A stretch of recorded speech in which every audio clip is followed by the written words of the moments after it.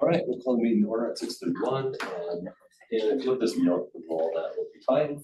And then item 3 is we need approval for the minutes from June 3rd, 2026. Motion to approve. Second. All right, any corrections or edits? Seeing none, all those in favor say aye. Aye. Opposed? All right, minutes have been approved. Appearances tonight, we have one appearance, and that is Anthony Lamar Brown II, and this is regarding North Wood Road. It's not on the agenda, so it's during this appearance section. Typically, when we have a variety of individuals, I remind people to keep the messages fairly short. It's still important to keep it relatively short. Sometimes it confuses people. We're not really here to be in the back and forth. We're really here to be in the listening mode during this section. So we might have some clarifying questions if there's something we don't understand. Yeah. But really, we're here to listen to you. Okay, the floor is yours. Where do I? You can stay there, right from there if you You want. can go wherever you want. We're good to go. Well, I'm gonna stay seated since Sure. That's Some- perfect. some seems sort of more line. conversational. Yeah. That's what a lot of people do, you're fine. Yeah. Yeah. Okay, wonderful. Well, thank you for allowing me the opportunity to speak. My name is Anthony. I say Anthony Lamar Brown II because I'm named after my dad, and I always make sure to let people know that there was the original and the sequel. All right. I live at 4205 Winterport Road in the Stonebridge neighborhood, and fun fact, we just had our first ever Stonebridge neighborhood block party this past weekend. So fantastic. Over the past 3 years that my family has lived on North Winterport Road, we've experienced a significant increase in pedestrian, bicycle, and vehicle traffic. This isn't just a neighborhood street anymore. It has become an important community corridor connecting people to San Damiano Park, Stonebridge Park, Schluter Beach, Winterport Park, Waterman Park, the Lake Monona Loop, and other destinations throughout Monona. As these community spaces have grown in popularity, so has the volume of people using North Winterport Road. We've seen this during the International Wood Sculpture Festival, concerts on the shore, beer garden events at Schluter Beach, 4th of July festivities and fireworks at Winterport Park, and many other community gatherings throughout the year. During these events, people park throughout the neighborhood and walk or bike along North Winterport Road to reach their destination. At the same time, the corridor is also heavily used year-round by cyclists, runners, walkers, families of strollers, and residents simply trying to enjoy our parks and neighborhoods.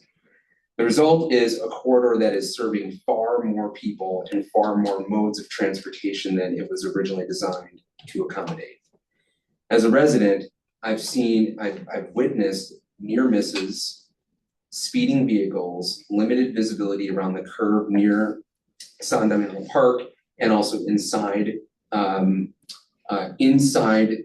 curve of North Winterport Road, just by Winnequa Trail.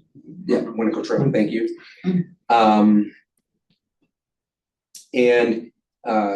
And I've also heard similar concerns from many other neighbors.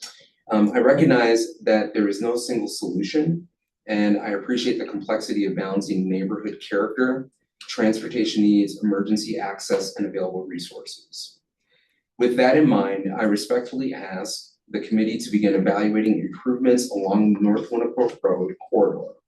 I hope that evaluation includes consideration of continuous sidewalks to provide a safe place for pedestrians, dedicated bicycle lanes that better accommodate the growing number of cyclists using this regional connection, traffic calming measures, including speed humps or other proven strategies that encourage slower driving speeds, additional pedestrian safety improvements, especially around the curve near San Damiano Park and other locations where visibility is limited, and parking management strategies for large community events to improve safety and emergency vehicle access.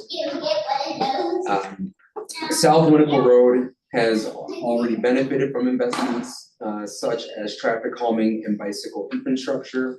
I believe it's time to evaluate whether similar improvements should be considered for North Winnequa Road, recognizing that the corridor now serves a similar regional function.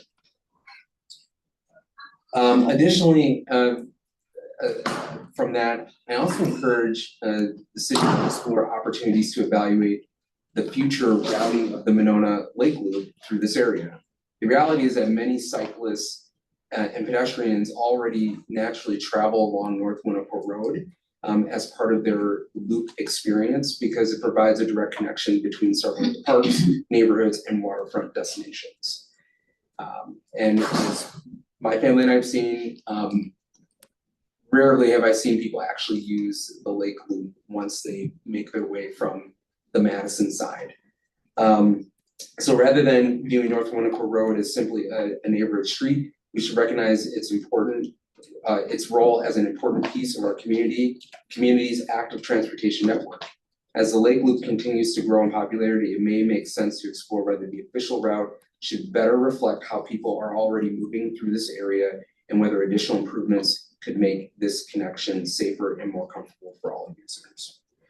And then finally, the intersection at Monona Drive and North Winnequa Road is one of the most dangerous intersections that our community faces.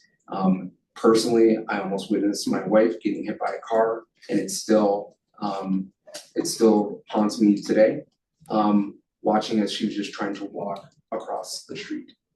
There are no safety measures whatsoever. Watching families, individuals with special needs, our seniors who are trying to make their way, and of course people on the Madison side just trying to come across. So I also, as part of North Winnequa Road, this intersection is something to really figure out. And so with all this to say is I know that this isn't just about the park or about Sunday Mountain Park or any of our other parks or North Winnequa Road. It's about creating a safer, more connected corridor for everyone who lives here and for the thousands of people who visit Monona each year to enjoy our parks, trails, neighborhoods, and community events. I appreciate the work this committee does and hope this conversation can be the beginning of a thoughtful planning process. I look forward to working with the city, my neighbors, and community partners to help identify solutions that improve safety while preserving what makes this area such a special part of Monona. Thank you for your time and consideration. Thank you. Any questions that people have, primarily for clarification? It is an agenda item tonight, but we can definitely ask if there's some questions that people have. The one question that popped up to me is, this could be a quiz for everybody. When you referenced the Lake Loop and the official Lake Loop versus what people typically travel, Yes. can you describe what you mean by the two? Yes. Because I just want to make sure we're all on the same page So as with that piece. Yes, as a cyclist, and I've been biking the Monona Lake Loop for probably 30 years. Most people, let's see, where are we? So this is Winnequa here? Yep. Okay. So Winnequa, okay. So if I see this correctly, the loop, you actually come down at Atwood. Yeah. And then, well, actually, no. Well, there's You two actually- ways now, yeah. Yeah, there's two ways, but the official Lake Loop actually takes you over here, and then it kind of tucks you. Let's see, where's Dempsey? Drexel. So it kind of brings you through here. Then you have to kind of go up Buckeye a little bit. It kind of brings you around, and then actually, oh, it's here. It brings you here, and then you come through Cold Spring, and then Cold Spring across. I'm going to tell you right now. Yeah. 95, some high number, 95% of the people do not. I do it sometimes just for a giggle to do the official Lake Loop, but really everybody is hugging Winnequa Road. And I will tell you, they're not just hugging Winnequa Road, Monona Drive. If it's a family, especially a young family that's like biking, they ride the sidewalk. They don't want to be in Monona Drive at all. And I know that there might be people in this room that have a better understanding or history of that project that happened in Madison. But I really, really wish that Monona would have considered connecting that because that would have maybe helped with some of the problems that we see today. Because there was several instances where families who weren't comfortable biking in the street were on the sidewalk. There was somebody who was in a motorized chair. There was someone else on a motorized scooter, all trying to use a sidewalk, which was not built for that. And so what happens is then they're on Monona Drive, and as soon as they get here, and our house is like right here, along with other neighbors who see this all the time, as soon as they get here, they just kind of beeline it around, just right around the corner. So we've got tons of cyclists, which is it's a beautiful thing to see, but this is the lake loop. And I will tell you, even as I'm 43 and I've been biking the loop for 30 years, I was always told, hug the lake. So I never ever followed the actual loop until I guess we moved into Monona. But then people hug it, and then it picks up here, and this is where the loop would then continue on, which would be Winnequa and Cold Spring. But people, again, they're not interested in doing this. It's too much. And I will say, as somebody who is in marketing and also in wanting to bring more business into Monona, I would say it would be interesting for Monona to consider. And I don't know if we have to work with Dane County or whoever, or Madison, but it would be something to reroute it, because it would just naturally, people already do it. And then we would say, hey, we are the halfway point, up to the other side, where they also highlight the halfway point on the lake loop. So just something to consider. Not for tonight, but there's definitely some big follow-up to give you some history to that connection, because it was well discussed when that project was happening. And there's some pretty detailed reasons why it didn't do what you're asking it to do. So it's not the night for us to share, but sure. The person probably to connect with to get the full details would be Brad, who's not at the table, but he's online. And my guess is Brad can probably just have a quick conversation with you and at least give you some understanding of what happened when that whole design project was happening and why certain decisions were made or not made. Thank you. It can be helpful. Any other questions, people? Question for you, I don't know if it's appropriate, but is the bike ped Plan? still active? It is. Okay. It is an existing document that still gets referenced on some projects. Okay. And that is one of the, I would have to go back to specifically looking at you, because Doug was main guy on that. If it called out North Winnequa and any other improvements, I can't remember if it did. If it is, it's further down in the planning. Yeah, there's plenty of areas that is called under that for. So there was an other kind of assessment that we took of the whole city to determine where are certain improvements, where are the high level improvements, what are some low hanging fruit. So a couple of different documents that could get this conversation stirred again. It was also done before San Damiano Yeah. became a destination point. Yeah. So it might be a good opportunity. Thank you for your time. Thank you. I know you joined us late. Were you here as a supporter? Yeah. Awesome. All right. Thanks, guys. You're welcome to stay and see how budgets are done. And you're welcome to leave, and we won't be offended at all. All right. Thank you, guys. Thank you. Thank you. All right, there is no unfinished business tonight. So we'll close up here in section. There is no unfinished business. So we can go on to 6A, which is the discussion and consideration of an ordinance establishing a no standing, stopping, or parking from 7:30 a.m. to 4:30 p.m. on school days along the southbound lane of McKenna Road between Nichols and Maywood to accommodate on-street pedestrian walking lane. Okay, the next three items on the agenda kind of go hand in hand. I want to, if you recall the map that was included in the packet. So we had a resident on McKenna approach us asking for the installation of a pedestrian lane. She has a young child There are other young children in the area, and recognizing that sidewalks are not in the picture right now, she was asking if we could entertain painting a pedestrian lane stripe on the road similar to what we have right up here on Schluter, and on Maywood, and then Greenway. So on that map, the red stripe would be the location. It would be on the west side of the road where the southbound lane. Go along with that, the agenda item that we're on right now is a request to establish an ordinance for no standing, stopping, or parking from 7:30 a.m. to 4:30 p.m. on school days. Now, this language follows similar language to the streets with the blue lines. And that recommended language is from Chief Cheney, because it encompasses,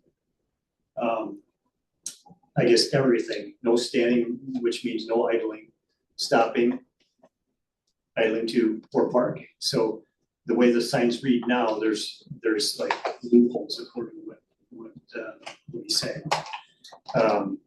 So this request is for the signs only, which are regulatory signs, and it would be enforced by ordinance. And is that, it's on the southbound lane? Oh. And I'll pause and I'll let other people. I have a question. That's the signage that they have on Maywood here. It doesn't include the extra, it just says no parking during those times. Have they had problems? I'm just curious. I believe they ran into some problems with idling cars. Because I see those cars. Yeah, and our next one is amending the existing signage. Right, Yeah. that's what I meant. Yeah, so So, okay. this here follows a plan that was put in place by, I believe, city council, public safety committee, and this public works committee back in 2008 to help make it safer in the school area during the day for kids. You were probably on that. I'm sure I was. Part of that back then. Other comments? on this? Somewhere in the whole packet, it talked about, I assume on the blue lines, people parking, waiting for kids. Yeah, So if we that's- now change that, where will people pick up kids? On the other side, in front of my house. Right, Oh, right now they on park on the the other northbound side of the side? street. Yeah, the northbound side. Okay. But they don't park, on my street, they don't park on the southbound side now. Those signs have been up, Because so it's they're used restricted to during it, the day. right, Yeah. because it's restricted. So they've gotten used to it. So I think there's some parking going on behind me on McKenna to pick up kids, and they cut Yep. through, you know. So when we get to, well, I suppose we can talk about that now because this is the signage form. All the residents on that street received a letter. I have had zero feedback. I contacted the resident who came to me initially. She had talked to, I think she said about 5 of her neighbors, and they're all in support of what we're trying to do here. So they've had 3 weeks, I believe, to get back to me, and I haven't heard from them. So that's my street. I live along the red line, somewhere in the middle there. And I agree with you, Dan. There's been like text groups flying in, and there's no opposition to this. There is opposition, and I believe you had a visitor tonight, one of my friendlier neighbors who may have expressed some concern that sidewalks. There was somebody We're on who the came way. in Okay. before the meeting, Yeah. and he was under the impression that in about a year's time sidewalks would come. Yeah. And he, the word temporary in the letter, that's straight from federal language. Yeah. When you install a pedestrian lane on the street, it's considered a temporary measure. Yeah. Until sidewalks can go in. Right. So that's the way it was written, but there's no plan right now for Right. sidewalks. Yeah, that's the only thing that the text group, there were 2 people that expressed concern about sidewalks, but nobody was pushing back on a line being painted and then moving parking to one side, yeah. So this first item is about the walking stripe, right? Walking stripe and signs. On the signs, yeah. Yeah, So- this item that we're on right now is strictly for establishing an ordinance to enforce no standing, stopping, or parking. Oh, okay. That's what this one is on. Then I'll wait. Was there any consideration for having this be in effect in the morning and in the afternoon? Seems like we're taking that street out of parking possibilities for a full day. On the map, the areas in blue have the same time frame. Established I'm already. the red. I know, I'm answering your question. The areas in blue have that time frame right now to be consistent. That's why we're asking for the same time, the same language as what's on existing signs. And there are activities that go on during the day where people park there as well. And Tim, I would also say that the red McKenna Road is wide, the street is wider, at least it feels much wider than the streets marked in blue, and there is plenty of room for the cars to only be on one side. I mean, there's barely, it's just like dotted here or there, that's all the cars that are ever on that road parked.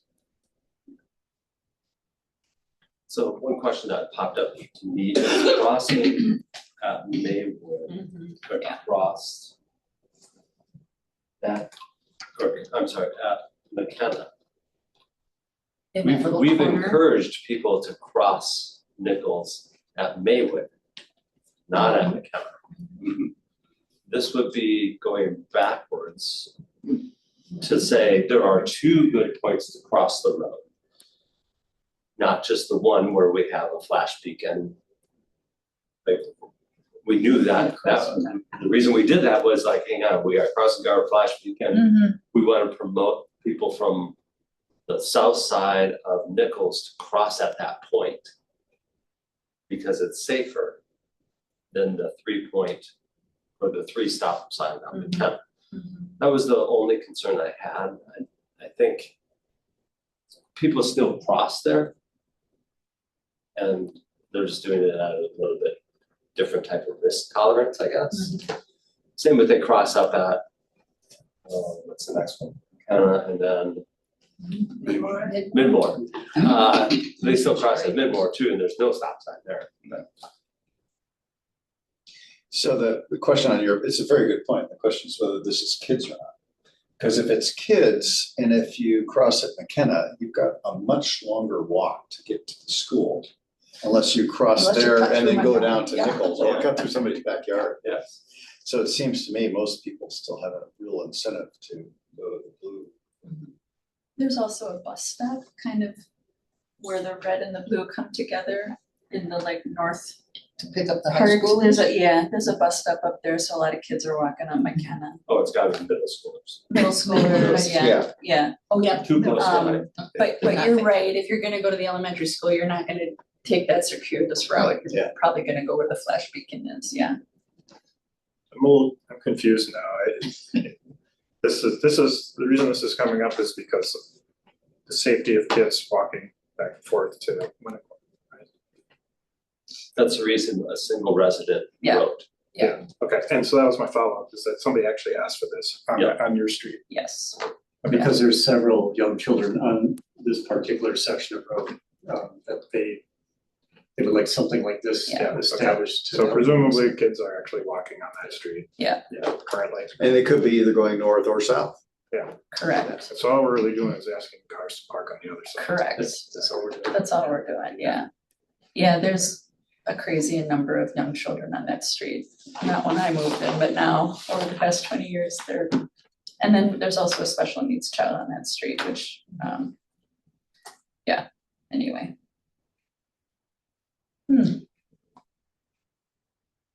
Well, just to get things going, I would move the approval of, it's 808, ordinance 808, which is the new parking restriction. I'll second I that. should recommend approval to the city council. Perfect. We got first and a second. I'll second that. Any other comments or concerns? or questions? Just a quick comment is that, if you're forecasting the future, by taking this street out of rotation for parking, are you then pushing the problem somewhere else to like Rockland? Is that gonna be the next? Or maybe it already is, I don't know, but specifically for people, I'm envisioning cars picking your kids up and dropping them off. That's where the issue really comes. But now you're taking that out. They We could moved still it to park the on the other other side of the side. street, I think. Still could go on the other side, and maybe that's an option, but if that's full, they're gonna go somewhere else. Do we need any sort of a study on that?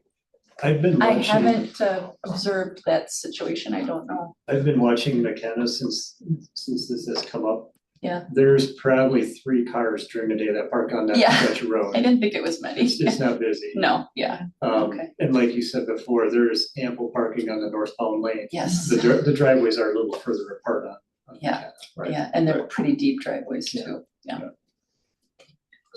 So then if we're not doing it for the parking to pick up kids, we're putting no parking on the street on one side for why? Because so the ped lane would be on the west side or the Right. southbound Mhm. lane. And that's where the no parking signs would go. Because if we're identifying a path for people to use during 7:30 AM to 4:30 PM, if you allow parking there, then the people who are using the lane will have to walk out into the street or into the Mhm. travel lane and then come back in. Oh, so it's hand in hand It's hand in hand. with the path. stripe, Yep. Mhm. like on. Yeah. So once you get past 4:30, parking is allowed Right. on that side of the street. So, You know what, not many people do, I mean, but I think. Yeah. Becomes routine. yeah, Mhm. And maybe it makes sense during this item. If it's no parking after the 4:30, but we have a pedestrian temporary line, it does give the perception that you can't park there because you're parking in. but if you read the signs, Mhm, you will know you can mhm. park there. Right. But you're right, it does have that feel. For people that want to be, Yeah, But a lot of people don't walk in that path either, like I walk my dog on my left, if I'm going the wrong way, I'm not, Yeah. you know, oh, yeah, sure. so. all right, we have a motion and a second. Any further comments? If not, all those in favor say aye. I, Opposed? All right. First item done. 6B, discussion consideration of ordinance amending the existing parking restrictions on Schluter, Maywood, and Greenway. This is to change the signs and update them to what we just had. My guess is we could probably take a motion. I'll move. You get to pick your choice of first and a second. Any further questions on that one? Hearing none, all those in favor say aye. Aye. Opposed? 6C is the discussion consideration of staff and citizen request to pavement marking on pedestrian street walking lane on McKenna from Nichols to Maywood. We briefly discussed this when we talked about the signage and the parking. We can probably take a motion. I'll move. Is there a second? Second. All right. Any further questions or comments? Seeing none, all those in favor say aye. Aye. Opposed? All right, congratulations. Thank you. And we will go on to the best item of the year, which is the capital budget. The best item of the year. Yes. It's where you guys get to spend millions of dollars. I have a general comment about that when I was going through all of this and I read all of the descriptions and how many of them have been proposed in 25, 24, 25, 26. It changed. And it's kind of interesting to think about our role as the Public Works Committee. We're approving them or not, but without any budget framework. Yeah. It's not our job, I guess we can't do it. So we're approving it thinking it's a good thing, but the actual decision is Gets city council. changed. Gets Yeah. changed. Yeah, I think probably a strong thing, and have your comments here, and Teresa as well. And Chuck, that the idea of, I think what is really helpful coming out of this group is some prioritization. Yeah. And if there is something of really strong sense of like, this is a really important project, like we can highlight that and it helps us down the road when we're having to, we always gets sent to the mayor's office probably 4 times the amount that we're ever gonna approve. And so. To at every least, department. Yeah, Yeah, you know, we're aiming, I think, this year for 2.5 million. for general obligation notes. And I bet you we'll, out of this committee, probably approve 8 million. So that priority, that's the important thing. Yes. I agree with you. That's why they asked for the priority, so in the priority column, is based on what I think is most important, or, you know, like construction. Construction, you're past the engineering phase, so if you have federal funding, obviously it's gonna be a number one because you have to maintain that timeline. And I did something different this year, and I broke it down by construction priority, design priority, and preliminary engineering priority. Because I learned from past and the habits of how the mayors seem to cut. Yeah, they know if something's already started, you better finish it, Yeah, because you already So- spent much money. that's why I love construction all in the one priority category, so. So along that vein, Dan, if you could, I noticed that you have out years in this budget. Yeah, it's a But five-year I assume we're only capital talking about 27, right? Yes, when the directive from council, and the mayor, they like to see a 5-year snapshot. What they do at the mayor and council level is hone in on a 2-year snapshot, because that's typically the borrowing, range. So if you borrow this year, you get 2 years to use that money. So that's why they look at the 2-year snapshot. So what's new in 27, there will be a follow-up in 28 and maybe in 29, so it might be a 3-year phase project. But as we go through this, then if you could just key in on that for the projects that are actually gonna extend multiple years, that might help prioritize Right, amongst the Okay. 27 list. so when you look at 2027, if you see design and preliminary engineering, that will mean there's follow-up in the next years. So those, if I've done it right, I should have carried that down. But you're also absolutely right, like, our focus is really in 27. 27, I mean, I really see, even though it comes out of this committee, like, a lot of that is really the department heads, like, visioning of like what's in the next 4 after that. But yeah, for us tonight, let's concentrate on the 27, but with the idea of if it's connected to future years, like, try to point it out. Why don't you hop into it, Dan? okay. So we will start with the projects. There are a number of projects that Brad also manages, so he is online here. And as we get to him, Brad, I'll call out your name when we get to your sheets. The first one is Lagoon du Nord Bridge. We're actually moving into the construction phase next year. I think we started this in 2023. We have a $730,000 request, and that's to cover anything. Right now, we have 100% funding from DOT for participative items. If the bids come in greater than that, then we have to cover anything greater than the dollar limit that they assigned for the 100% funding. We also have items that are not participating, which means they're not covered by grant funding, and things like water main. We have to relocate water main. We have to do some additional approach work. The DOT said you only get to, we're only giving you funding for this amount of approach work, but we need more approach work, so we have to cover that ourselves. So the estimated bridge replacement approaches and engineering costs not covered by WISDOT is about $180,000. Estimated contingency not covered by WISDOT, around $18,000, and that's applying a 10% contingency. The estimated cost of construction for water main relocation is about $452,000. The contingency related to that work is about $40,000, 8.8%. Project management between MSA and WISDOT, we're allocating $10,000. And then we are doing a bid contingency because of tariffs of $30,000. They are opening the bids on September 15th. So once we get the bids, probably by the time it goes to the mayor and you at city council, we'll have updated numbers. So that 730,000 should capture anything that's not covered by the grant and any other non-participating. So You say in the first paragraph, the total funding cap is 1,234,000.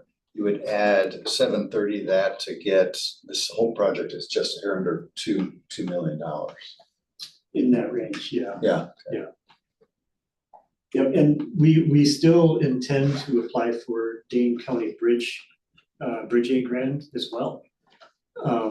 MSA, the bridge team there likes to apply for it during the project. So when the project's done, we'll submit our grant request, which is how we've done it in the past with the Dane County grant. So With how much success? every time we applied, we got money. Okay. Okay, Are we going to consider and approve these one by one or? No, we'll do the whole lot. Okay. but when we get to that, if there's discussion, Yep, if there's any One edits full, or that's what changes, yeah, we'll do, but then we'll do it as one big bundle, we'll save us some time. the next item is Wallace Avenue improvements. We are in design phase right now, so this request is for construction. We are asking for about $432,000. 30,000 of that will go towards project management. Construction cost about $370 and contingency about $32,000. That's for the first block going north. We're replacing a water main between Nichols and Valerie, and then from Valerie to St. Teresa is full depth asphalt pavement replacement with some storm work. We have on the plans some spot replacement of the sanitary sewer. But for the most part, this is a water main replacement project, and then getting all new asphalt. If you've driven through there, you'll know the condition. It's in rough shape. And is this the section of road, I know we may have passed this opportunity, but where a lot of heavy trucks from MG&E go for the little This substation? is the one. Are they kicking in any cash for this? I mean, They're not, but the road is built to old standards, and that's why it's falling apart. The road bed is very bad. So with this, we're gonna get a well, little bit it'll of that fix first that block. block, because I know that first block, they come in and pull it in. Yeah, there's a lot of tight turning right Yeah. there. Yeah. The next item is our annual right-of-way maintenance for streets, bridges, curb and gutter. That's where we do our mill and overlay, our chip seal. I have a tentative list right now. I'm probably gonna lean towards doing both next year. In the fall, I will drive the streets again and fine tune my list, but there's probably 6 to 8 streets for chip sealing and about just as many waiting for mill and overlay. So we typically request about 300,000 every year. Something new, this is gonna be a one-time ask until we meet again. There's a lot of roads that we've milled and overlaid in the past 5 to 7 years that are not yet ready for chip sealing, but we do have the cracks beginning to show up. Your crack sealing is your first line of defense. You seal those cracks and hopefully you can prolong potholing and alligator cracking. So I'd like to do a round of crack sealing next year, and this funding would just go to crack sealing.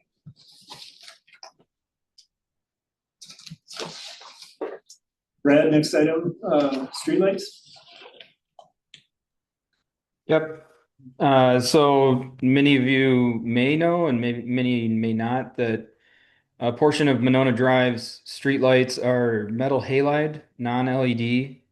They're beginning to fail, not just the light itself, but the connection point of the light to the arm that it holds the light. This funding would be enough to replace just about half or just over half of the remaining lights that are along Monona Drive that are non-LED. We would replace it with an LED equivalent. It's essentially the exact same style of light, just an LED instead. Some of them have been replaced at this point, but not very many. I think maybe around 8 or 10 total. And we got about 80 lights to get done. So this would be what you might want to call phase 1 of that project. And then we would do the rest of it in the subsequent year. So next year, or not next year, 2028. And the LEDs use about 60% of the power needed compared to the metal halides that they'd be replacing. Teresa, I know you had a question earlier. Did that get answered? It didn't, but I'm not in a rush. Brad, did you get a chance? You might not have seen the email yet, but and tell me if I got the question Sure. summarized wrong. But essentially, Teresa was pointing out the equivalency of like our home of a 60-watt light bulb incandescent versus 7 or 9 watts as the equivalent for an LED. Is the difference in these just a different comparison from like a residential incandescent versus the metal alloy or whatever you decided? Yeah. Okay. Yeah, it's not comparable. These are commercial grade streetlights. There's drivers in these that are much different than the drivers that you might find in a typical residential style screw-in light bulb. They're not comparable in terms of like LED versus fluorescent, for instance. Yeah. So it's a savings, but not as big of a savings when it comes to wattage. That is correct. And you could save more, but we would have to put in a totally different pole and arm and light fixture. Because these are ornamental, you kind of stuck with what you can get, and what you can get is basically this one singular LED style light bulb. That's it. Okay, perfect. I still am interested though in understanding electricity and dollar savings, but I'm not in a hurry. Perfect. Yeah. Brad, we should have more information by the time we get to committee of the whole. I'm That's assuming. correct.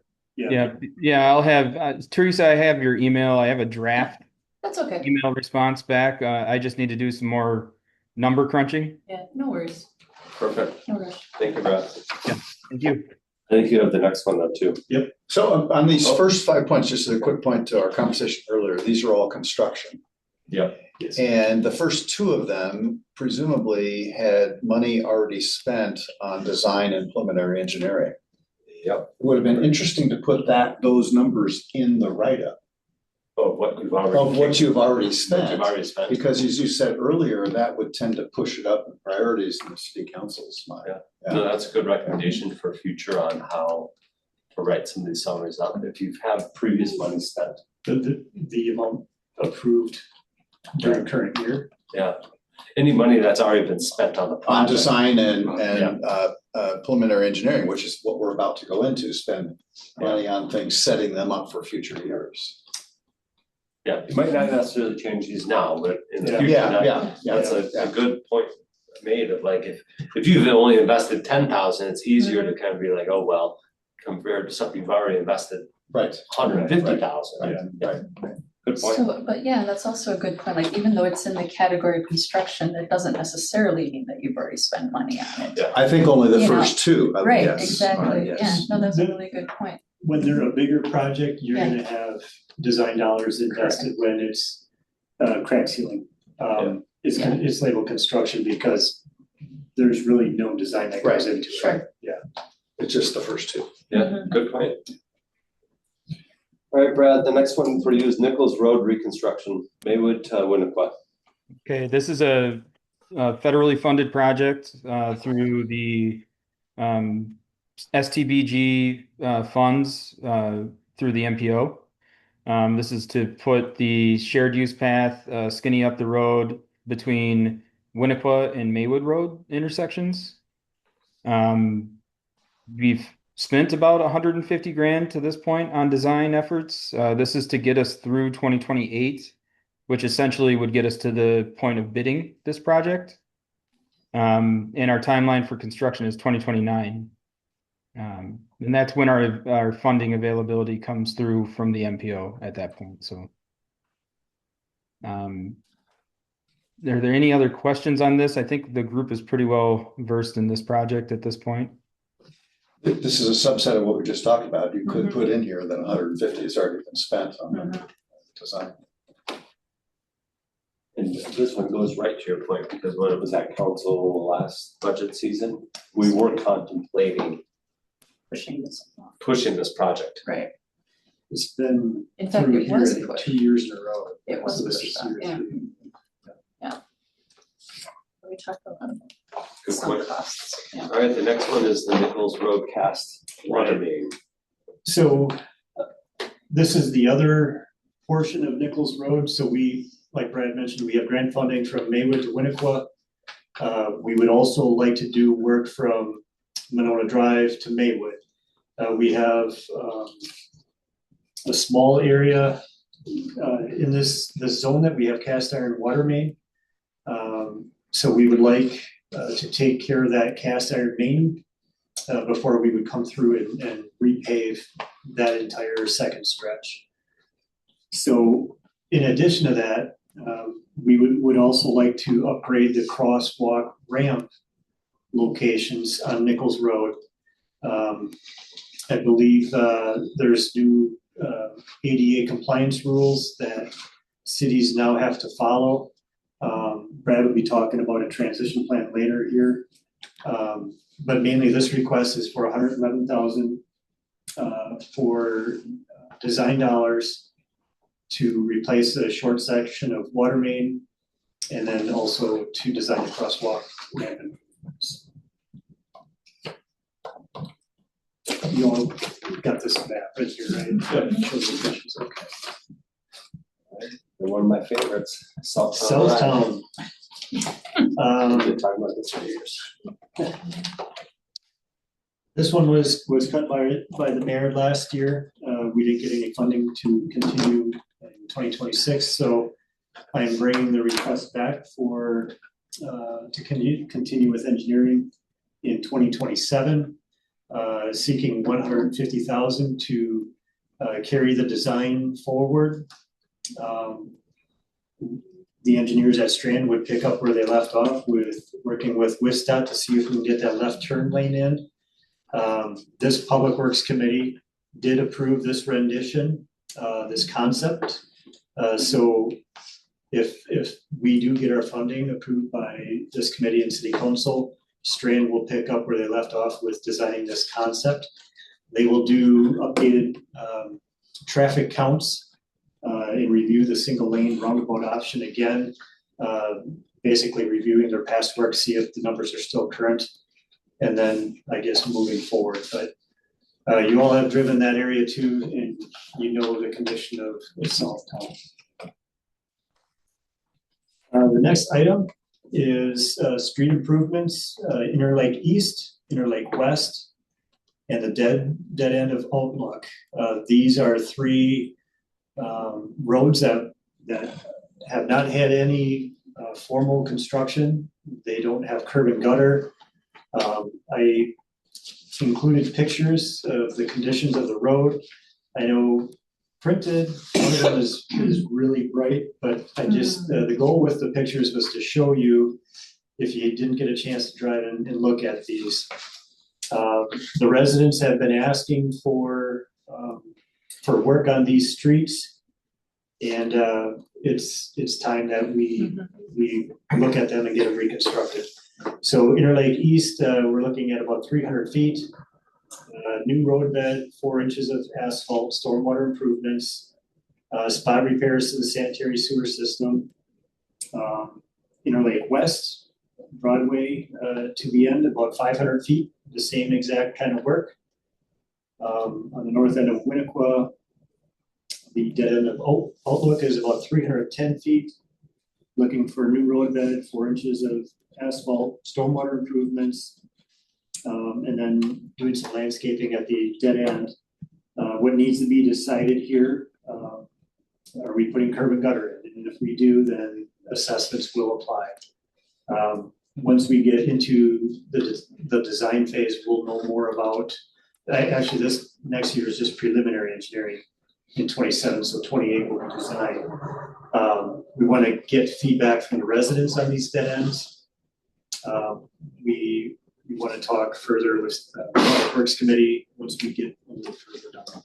So a little different than what we have going on right now at Arrowhead. That's a mid-block road.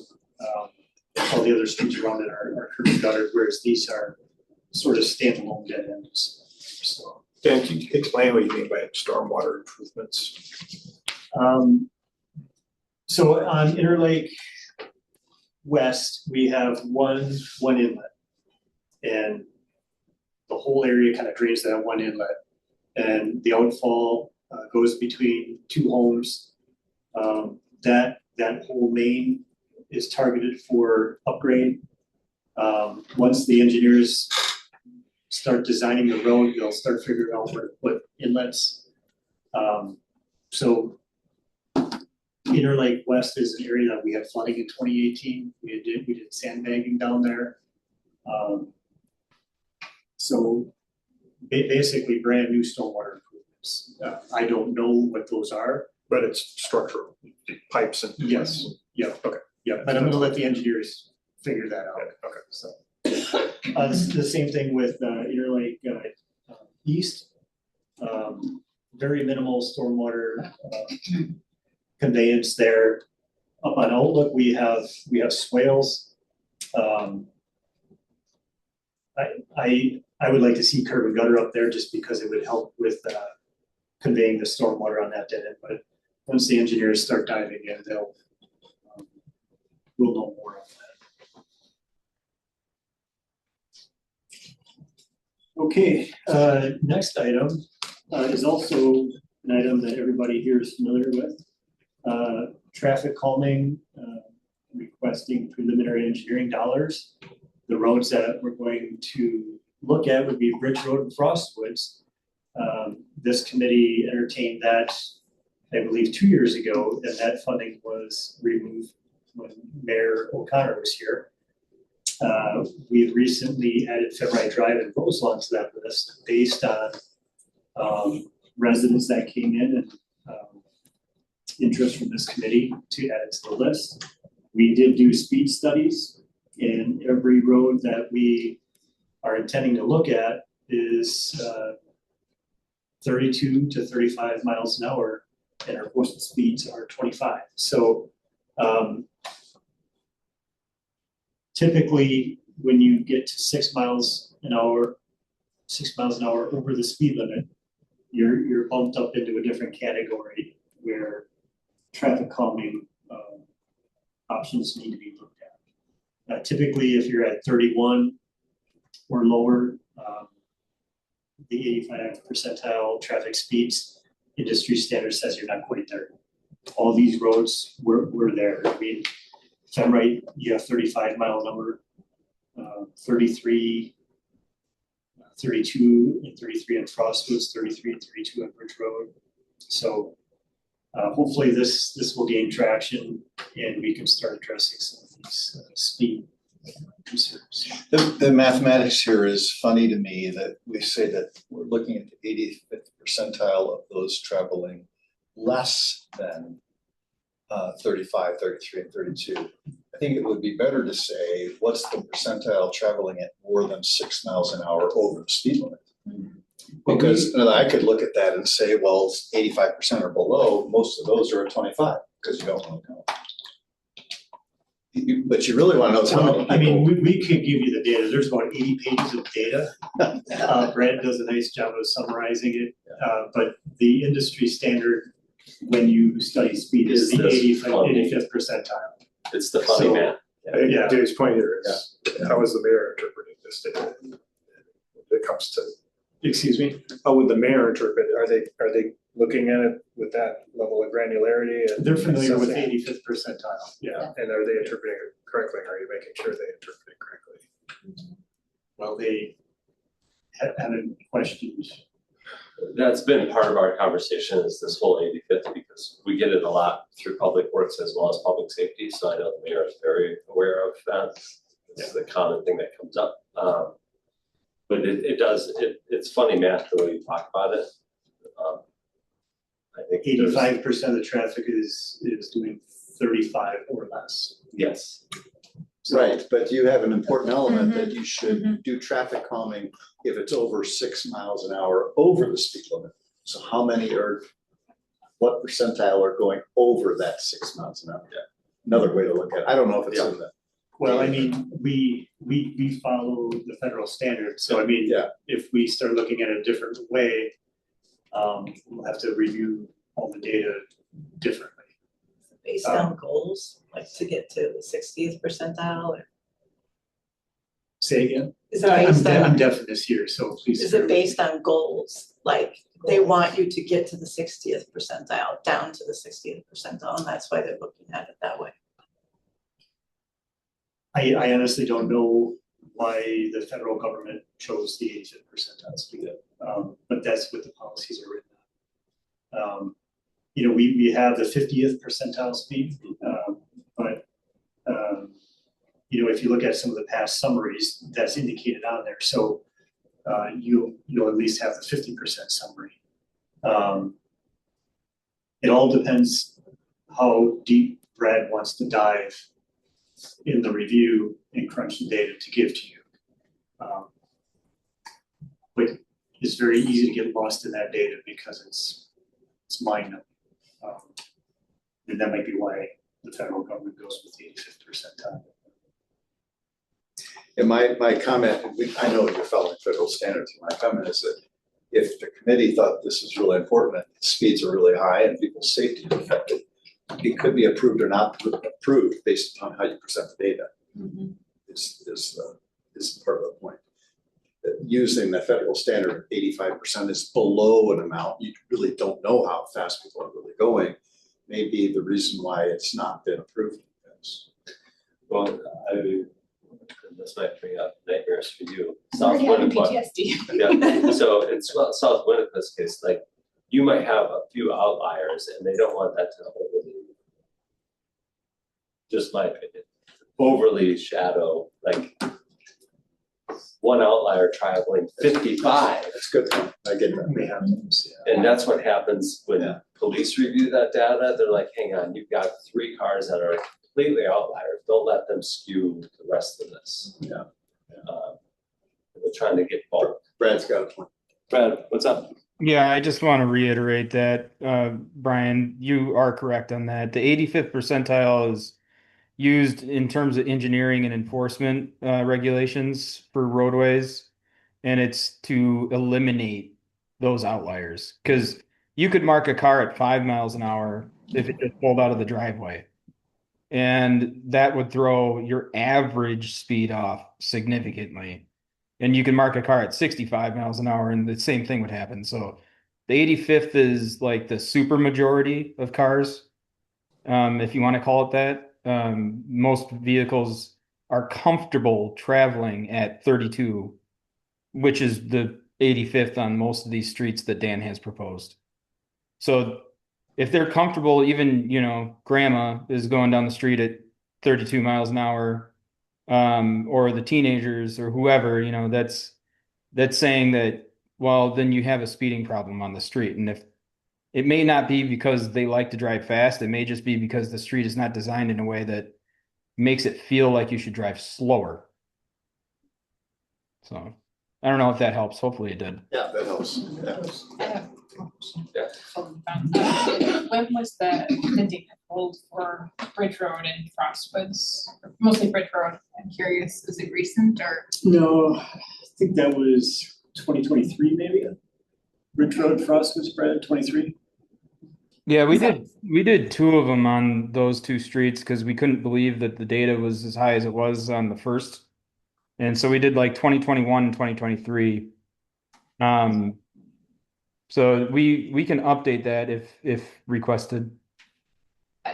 It's not, it doesn't change my opinion about the project, but I just was curious because if we were doing the count when we were doing South Winnequa, that would change the numbers of cars travel. I doubt it would change the speed, but I wonder it would change the, I'm The not data. sure we did that the year South Winnequa was done. No, I don't believe we did. I'm pretty sure that those are the true numbers for Bridge and Frostwoods. Yeah, I was just curious. we did a study on Owen in Midmore during construction because we had complaints during South Winnequa that was an issue. And then we followed up on both of those streets in the actually this year and the previous year, showing that they were still fairly high on those two. Not quite as high as the ones that Dan has in the budget right now. Thanks, I appreciate it. I just have Brian, could I ask a quick question? And not intended for a long discussion, but off the top of people's heads, is there any knowledge of the success that the city of Madison has had with their program, the one they're calling 20 is Plenty? 20 is Plenty? No. I have some. I have talked to their traffic engineers, and that's come up in our conversations at the MPO, Technical Coordinating Committee. And there's a caveat to that because they also stepped up enforcement significantly. And they spent a lot more money on their operating side for their police department for patrol enforcement officers. Yeah. Specifically for that reason. Yeah. So you have to take any kind of data that they come up with afterwards to show their success rates with a grain of salt because we don't necessarily have resources to do the same type of application. Yeah. Good point. Thanks. And if I go mute, it's not because I don't want to talk, it's just the kids are loud, so. It's a good problem. All right, next is ADA transition plan. Brad, you're still up.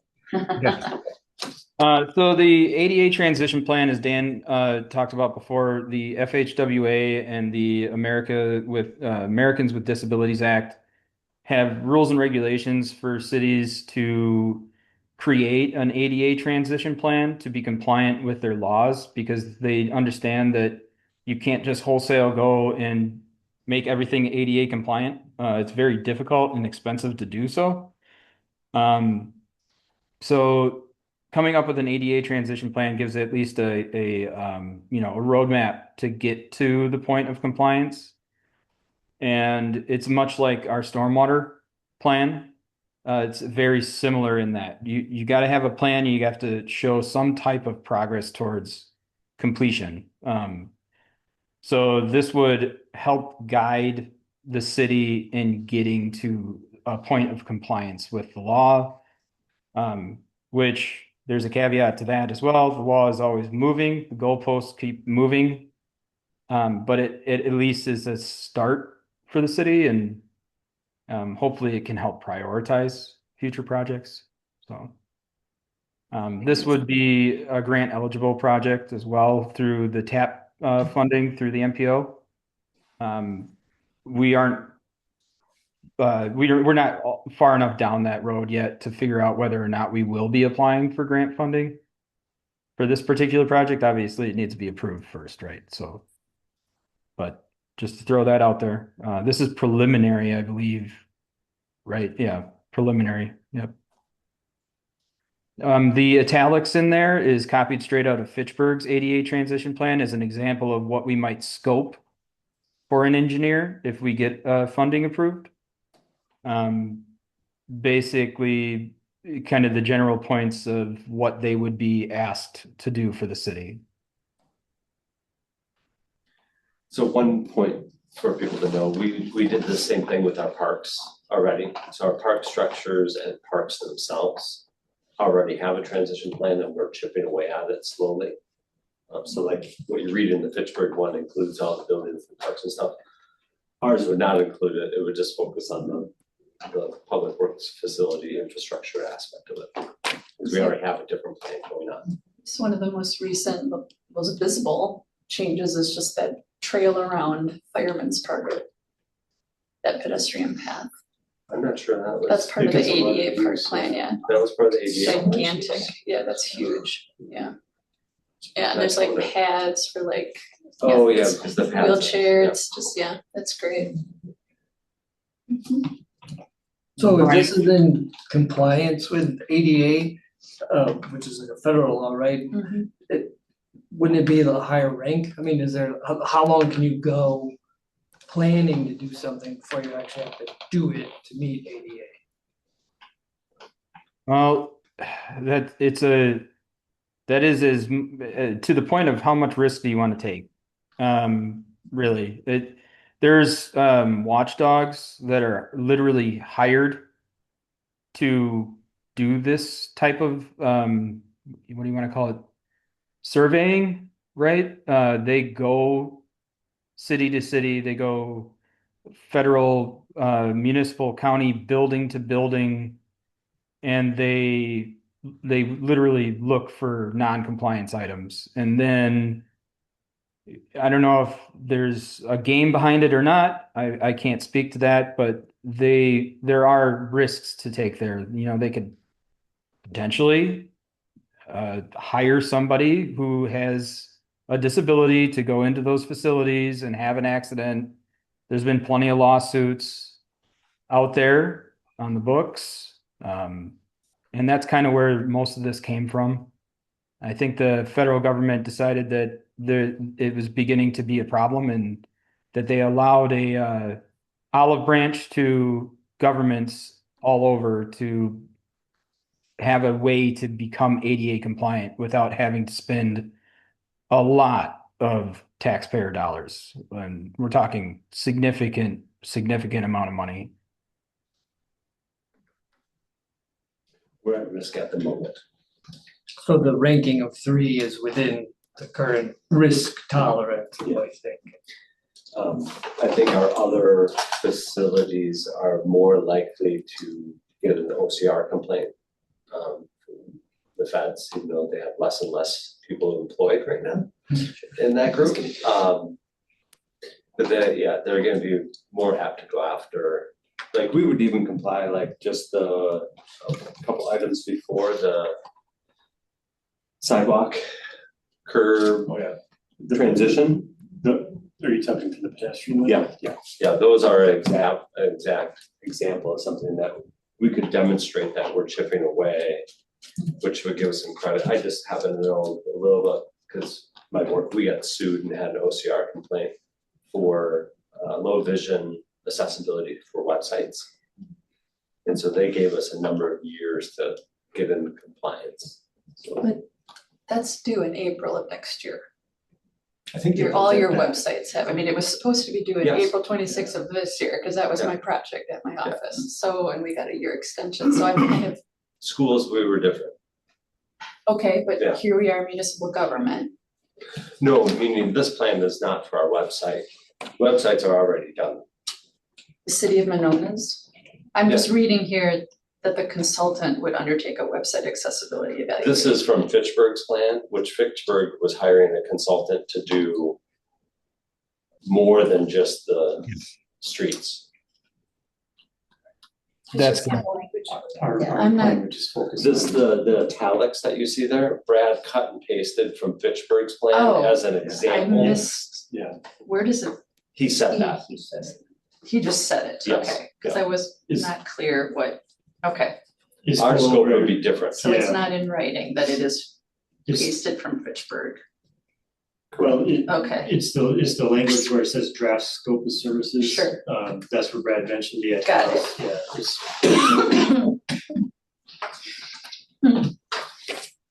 Okay, the next item, the terrace tree planting program, this appears every year.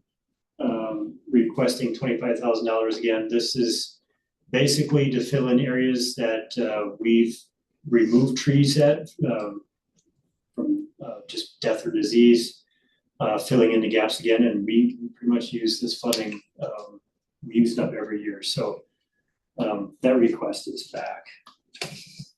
Dan, I ask a question. could we get, or could there be more information here about like, of all the, I mean, there was a report some years ago about, you know, thousands of trees being, you know, identified as in need of removal. Is that possible to have like some background here?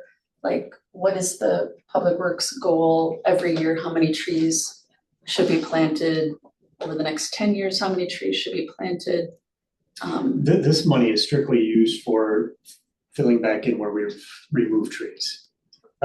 We don't have nothing that outlines goals. I don't know if Parks does. But this funding is probably quite small. This is small scale replacement. It is. I imagine Jake with Parkland is quite different than what our request is. But for terrace trees, I mean, like, I'm always driving around going, oh, we could have a tree there, we could have a tree there, you know, I mean, so I just wonder to demonstrate a story, how you tell the story, to get the funding that you need. I wonder if perhaps something that would demonstrate the need or to underscore how many we've lost, you know, something like that, or Yeah, I could ask Jeff for that data. I don't know what he all has. I mean, we know the locations that we've removed them because we stump grind them. Now, this is just for planting. This is not for removal. right, Removals in the operating budget. okay, But it's very basic on just level. If it's dead, we're taking it out. right, If there's branches that are interrupting power lines. Yeah. We bring in Johnson Tree Care. I mean, if you want more in-depth review and analysis, more money and more people. absolutely, so- yeah. I mean, that's like the Monona Tree Program kind of tries to fill this need, right? But you always need more money and more people, like you say. But when we think about the city's overall sustainability goals, and Brad talks about this all the time, carbon neutrality is really what we need to be looking at, not just putting solar on every rooftop, which would be great, but trees are probably like the most cost-effective thing we can do to reduce or to get us to a carbon neutral goal. And it's really not, I don't know, 25,000, I can see approving more than that. But I also understand that you need the people to put them in the ground, I get that. So. Well, and this is 1-to-1. This is intended to be 1-to-1. And I'm saying, let's go more than 1-to-1, yeah. Which Yeah. I think you're asking for a programmatic possible shift. Right? Yeah. It would change the scope of what we do. It'd be interesting if you were to ask Jake Anderson how many trees he plants. Sure. I I know that a lot That'd went be in worthwhile. last year, Yeah, they got And the I think school he- kids Yeah. helping. yeah, the school Yeah. puts in. yeah, but just for this department, street trees, that's, you know, purview of this department. I mean, we know how many we plant. I mean, Jeff can look at the order and get you that number pretty quick. Yeah, he probably knows it off the top of his head, yeah. But, I mean, it's one of those where, you assign a dollar figure and you spend to that limit. Mhm. And just over the years, based on, when you take the ash trees out of the equation, it's based on the past statistics, I guess it shows that 25,000 seems to be the appropriate number that we can keep up with. It's a very basic level of what we do with the tree program. It's very different than what Jake does with parks, so. Yeah. I was just reading, like in 2018, there was a survey that identified 3,280 city-owned trees that were stressed. I mean, it's a significant number of trees. And I know that we're only talking about terrace trees. And I don't want to take the time to get into this in detail. But just, I wonder if perhaps we could flip, instead of saying, here's how much money here's what we can do. Perhaps we could say what needs to be done, right? And what needs to be done is we need to get carbon out of the air. And the cheapest way to do it is put more trees in the ground. But It's a good point. I want to just add to this. I just take just terrace streets. It would be interesting to know whether, we don't know from this whether we're gaining ground or losing ground. You could be doing either one. It'd be interesting to know how many terrace trees do we have? How many do we plant roughly, per year? And are we gaining ground or losing ground? That's the missing question. Brad, the tree layer on the website, the guys update that every year, correct? They're supposed to be. I'll check with Jeff and see if it's been getting updated. But yeah. So I mean, we have that data. Interesting. It's just crunching the numbers. Brad has it broken down on GIS.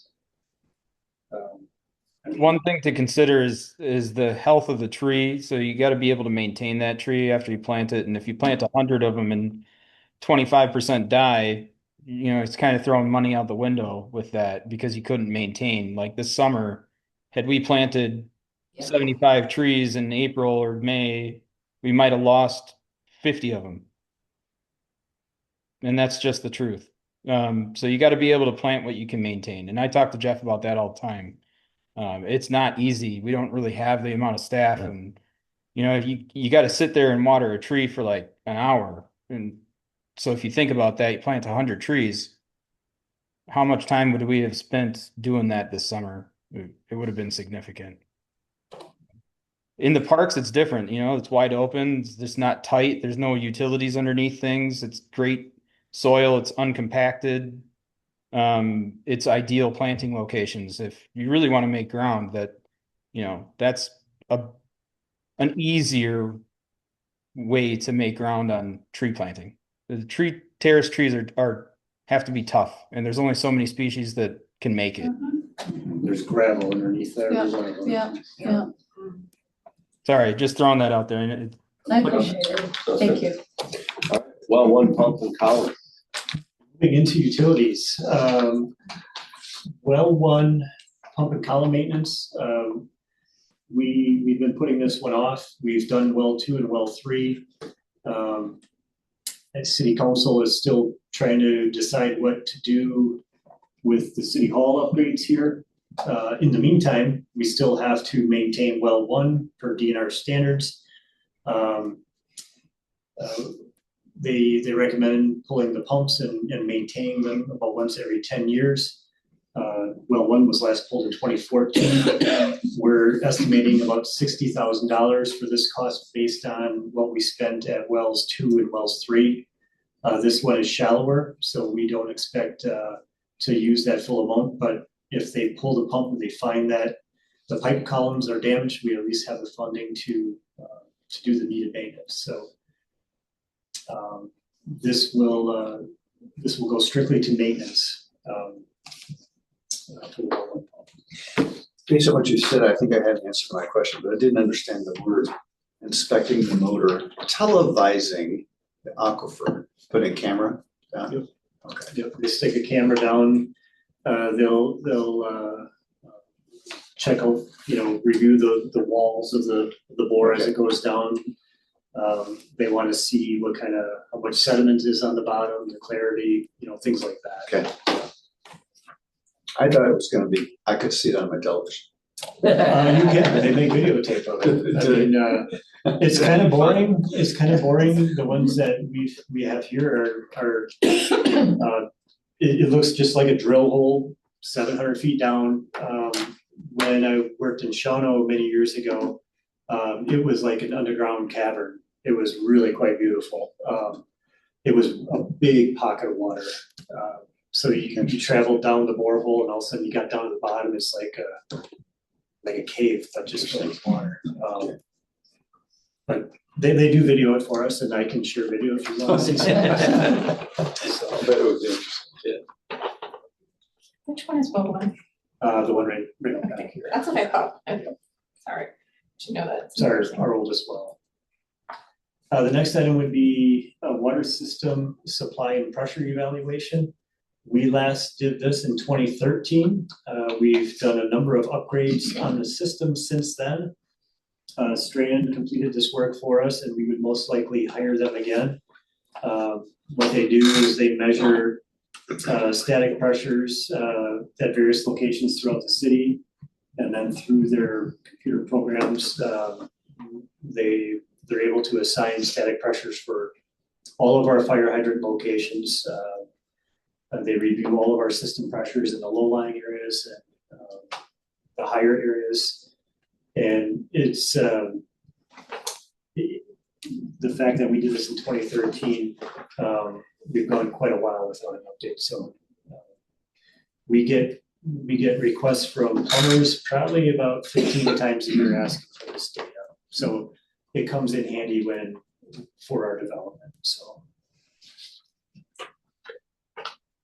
And oddly enough, since we get that question from developers, have we ever assessed the two development projects to cover the cost of this capital? Not directly. For us, when we get this data, when we get the email, hey, I need the pressures at whatever location, we go to the report, we look at the nearest fire hydrants, and we give them that data. Part of the data is they also review the fire flow, the capacity that comes out of the hydrant. So we have an interest in that data, the fire department does, and also the insurance rating too. This data is used by insurance companies, so it impacts insurance rates that our residents pay. So. Might be a TIF eligible expense. Okay. Yeah, we see what more can do on that. Maybe, be nice. It seems like one of those things, you said it's 13 years since the last one, it seems like one of those things that needs to be done every X years. And is that true? Especially if insurance is involved. If we were a growing city where we were adding subdivisions and you're adding onto your system, what we've been doing here is when we've reconstructed roads, more often than not, we're upsizing a 6-inch main to an 8-inch main or an 8-inch main to a 10, depending on where it's at. And that's where the fire department has interest in that, and the insurance companies, because you're increasing your capacity. How many streets have we done in reconstruction? We did McKenna, we're doing Tony Awatha right now, Arrowhead, Boat, we're creating loops. So that will all be captured in the next study. From 2013 till now.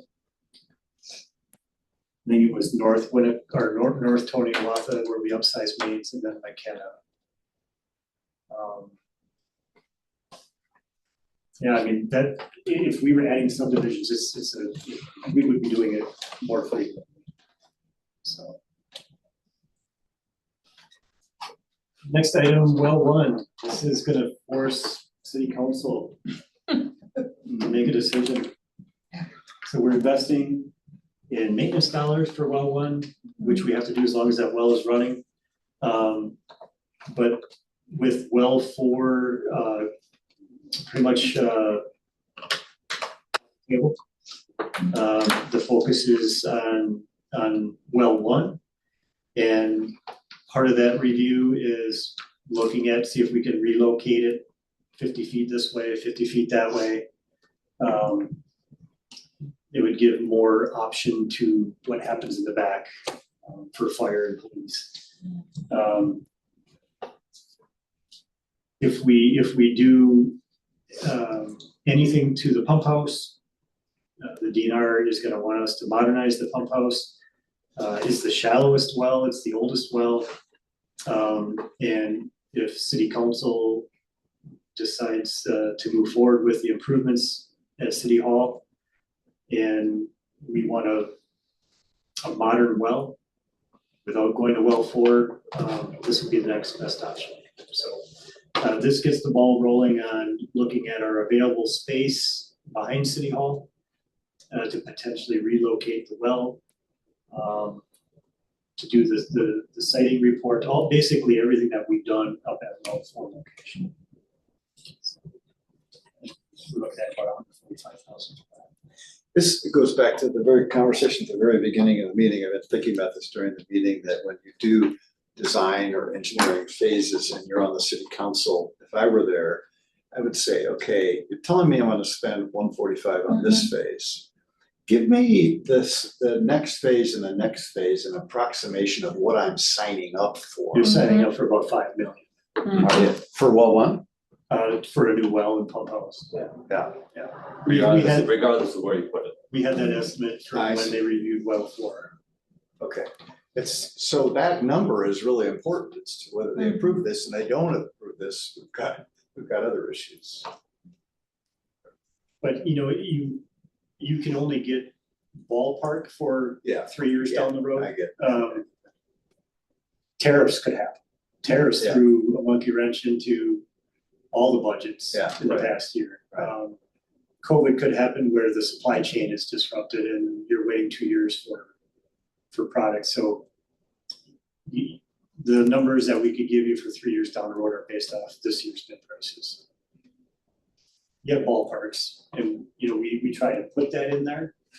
But this one in particular is, I don't wanna call it a crapshoot, but it's kind of a crapshoot, depending on what, There's other decisions that need Yeah. to be made first. Sure, yeah. And that will determine if this one Yeah. gets made or not. all right, But if they want to proceed with city hall improvements, we need to get busy yes. with figuring out well one. Right. So, And Brian, when you said well 4 was off the table, can you might wanna Can you- ask the mayor about that. It's not currently an active project. That's my understanding, which is clear. Off the table opens a lot of questions about. Can it be It's still on? an approved site with the DNR. I know, Yes. okay, This is not actively being pursued. correct. But since it is not, and we are required to make this maintenance on well 1. I mean, well 4 is still a future location if needed, because it's been vetted and Right. approved by the DNR. I think, and I don't wanna speak for the mayor and city council, but I believe that this decision / fight kind of lies at your level. Yeah. Yeah. And it's my understanding that well 1 could remain. I'm not supporting one option or the other, I'm just saying it's my understanding that well 1 could remain where it is right now indefinitely. And any improvements to the city hall building would just need to be built around it. Okay, The reason why I mentioned possible relocation 50 feet this way or that way, if we rehab well 1, you're bringing in a drilling rig to drill. And I don't know the alignment on the borehole, but if you're going that far, you might as well look at a new location. When they drill test wells, they usually move 50 feet whatever way to drill your final well. And that's kind of in essence what we would be doing here. okay, And I do know that the well 1 pump house does not meet DNR standards of today. So if we do anything there, they're gonna require us to upgrade. So I think, I don't know if it'd be a wash or possibly cheaper by just drilling a new well and putting up a new house versus modifying what we we have. have, yeah, So they'll look at it. So in this case, we're gonna recommend approval, because what we're really saying is you guys need to make a decision. Yeah, and the mayor's aware of this. Yeah. Anything, I mean, everything related to this budget is a recommendation for approval to council. Okay, that would be it for the water utility. Brad, you wanna explain the next one? All right. Lake Fetch, Interlake? Yep. So we got 3 stormwater basins that are in a state of somewhat of a disrepair. We have a basin at Interlake Drive towards the east side by Lottis Park. We have a basin at Gestalt Drive, which is the industrial park. And we have a basin at Lake Edge, which is on the north side of town off of Monona Drive. So each of these basins have certain issues, maintenance issues on them. the basin at Gestalt has been silted in over 1.5 feet from original design. There is a weir wall there that is supposed to be a spill gate, which would be operational, but it is unreachable at the moment. And so we can't get there to exercise it, nor have we been able to do so for many decades. So that is something that is a fairly significant issue. It's a flood control device / spill gate, so it works both ways. It keeps water out from the conservancy in the lake, and it keeps spills in from going out. So Interlake, the gabion structure, which is a big rock basket, for lack of a better term, is completely silted in. It does not weep and work correctly. The floor of that basin is perforated concrete, and it is all broken apart to the point where we can't get any heavy equipment in there, and maintaining it, scooping all the silt and stuff that gathers in that basin is not very viable anymore. It's a very big pain in the butt, right? And then Lake Edge, sadly, the high water in 2018 combined with the significant amount of muskrats has caused some major damage to that basin and to that levee wall. Luckily, or unluckily, in 2000, I want to say 11, it was reconstructed and they put pilings in for the basin, or for the wall, the levee wall, that keeps the water in it and keeps the lake out of it. The soil is beginning to significantly erode away from that levee wall, so it's exposing the actual beams themselves, which is an issue because if you have large steel beams exposed to the elements, they rust and they fall apart more quickly. So that needs to be tidied up. There's a lot of overgrowth on that basin, a significant amount of fast-growing scrubby trees like mulberries and all kinds of other stuff. The prairie plants that they planted along that entire basin didn't really take hold because the scrub brush took hold fast, and it took over. And it's not necessarily good. Those root structures don't really help with that basin integrity on the levee wall. They do keep erosion from happening, but it's not the ideal type of plants to have there, if you will. So those three structures are on here for, I want to say, final engineering next year and construction in 2028, I believe, right, Dan? Is that the schedule? Right, yeah. Okay. We did find out that the Gestalt Basin is potentially eligible for grant funding through the county. And a caveat to that is just an FYI for the group, that grant funding may be going away fairly quickly. This may be one of the last projects that we can get funded through Dane County for the immediate foreseeable future for Dane County. So that is a victim of the needed budget cuts that they have at the county at this point. So, and then otherwise, there is the potential that we will be looking into a potential assessment district for the industrial park, given that all of those properties utilize this flood and stormwater treatment and management device. And they have been utilizing it in their own models for when they redevelop those sites out there. So those drainage districts are not uncommon. It just so happens that this industrial park was formed a long time ago. If this was an industrial park, they'd expanded out into a cornfield like in Verona or Fitchburg, they probably would have already done something very similar to that, a drainage district, if you will. So, and that's pretty much it for this. A general question of you. All three of these are for stormwater. One of them is for flood management backup. How do they collectively, how do they affect the Lake Monona water quality? Either letting things through that shouldn't go through, or holding back water longer than it should be, I mean, how does it affect lake quality? They make significant impacts. These are very large watersheds that drain to these. Lake Edge Basin, not as much for Monona. The majority of the Alice neighborhood in Madison drains to that basin. And there is a cooperative maintenance agreement with the city of Madison for that basin. We don't get to take credit for as much phosphorus and suspended solid reductions because only a certain amount of the city of Monona actually drains to it. And we can only take credit for what is within our district. Okay. Gestalt is a massive stormwater capture device.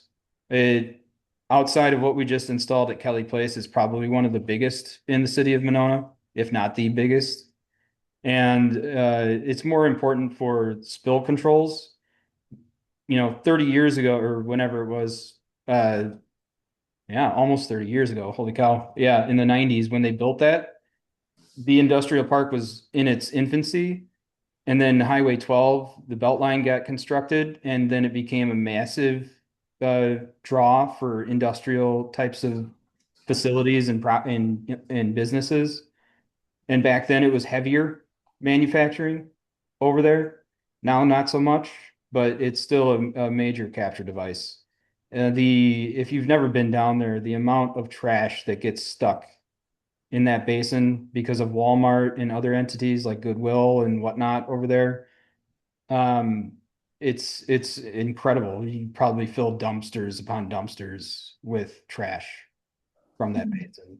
The Interlake one is important because it is a flood management device. It controls runoff rates.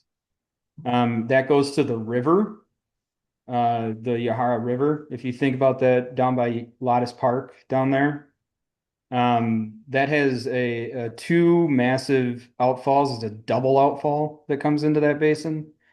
Without it, given the hill and the terrain that drains down there, there's probably over 100-foot vertical elevation change between where that watershed starts and where it finishes at that outfall. That basin is extremely necessary, and it's more for the fact that otherwise we'd be scouring out the Yahara riverbed pretty substantially. It'd be moving boulders that are 18 inches in diameter and weigh over 200 pounds. Water comes out of that pretty quickly. Yeah. They're very important. They're three of the larger, like I said, the largest basins that we have in the city of Monona. It just so happens that they are all kind of failing at the same time. Thank you, Brad. Thank you. If you guys don't mind, Dan, I'm going to jump off. Yep, you're done. All right. Thank you. Thank you guys. Have a good night. No, I didn't know any of that. Moving on to sanitary sewer. This is one that was removed by the mayor last year. We had completed design previously. We requested construction funding for this year, which was bumped. So we're back to request that funding again. 1.4 million, looking at about 111,000 for final engineering and then project management services. About 1.2 million for construction costs and about 104,000 dedicated to project contingency. That's about 8%. I did include a map with this. The Public Works Committee was updated about this year, I believe in 2024, I think it was. Right now we have a forest main that crosses Tecumseh and it goes between two properties. And it's sitting at the bottom of Sumac Lagoon. It's a cast iron main, it's not encased in concrete. We are looking at running a new forest main down city right of way, down Tecumseh and connecting to a new manhole to be placed at the intersection of Winnequa Trail and Tecumseh. The nice thing about this is it's city property and it's city right of way. If we were to replace the forest main that goes between the two properties, there's 10 feet and it's all grown over. And we just don't know how we would do that today. with replacing that force main. So replacing the force main is half the project, the other half is replacing the old dry can confined space entry pumping station with the modern submersible stations like we just put in on Midmore and Winnebago Road, across from former Mayor O'Connor's house. This would be the phase 2. Phase 1 was those 2 lift stations. We would like to get this done. The initial construction dates back to 1954 with some mechanical upgrades in 1982. So it's a confined entry space right now. If we convert to the submersibles, everything can pretty much be done from on top. So the next item is completing sanitary sewer lining in the areas that we are reconstructing right now. This was planned to be this way, to get the construction done first and then to come in afterwards with the lining. Seeking $260,000 for that. The anticipated lining areas are 20 Watha Trail, Folks Lane towards Baskerville, 20 Watha Trail. We have sewer main that's behind the homes for a certain amount of distance that would take care of that. Wildhaven, Arrowhead, and Mesa. Looking at about $24,000 for design, bidding, and administration costs, and about $220,000 for the lining work. Again, this was planned. If we were to do this with the project, it would delay the end date of the road project. So, and I do have some maps that were provided by MSA for the intended areas that we would line. The intended areas are the ones circled in red. Yes. I believe you're in that neighborhood, aren't you? Yeah. And do they go down through a manhole and? Basically, Yeah, we have easements for all this. The ones behind the homes, I get why they did that. Because if they put them on the front of the homes, everyone would have a grinder station. Yeah, that's pump up, yeah. Yeah. But there are easements for all the ones behind the homes. But we were able to do it on the north end and when did it in your neighborhood. Pretty painless. Yeah. So, and lining is such a great way to do it. I mean, it certainly beats open cutting and replacing it. Lining, you're putting a pipe within a pipe. And it's far cheaper and you get 70 years plus out of it, so. The next item, the Onderdonk lift station. Back in 2019, we attempted to do this. The bid environment was not good back then. We put the design on the shelf for a little bit. When MMSD came through with their new interceptor, I believe it was 2017, 2018 timeframe, it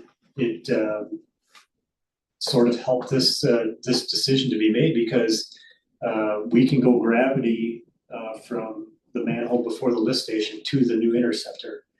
So in essence, the lift station really isn't needed. So if we can eliminate it, we save on power consumption, we save on maintenance costs, we save on pump repair, things like that. So this amount that we're requesting, 226, is based on the bids that we received back then, plus a little bit more for inflation. So we'd like to try it again and see what kind of bid numbers we get.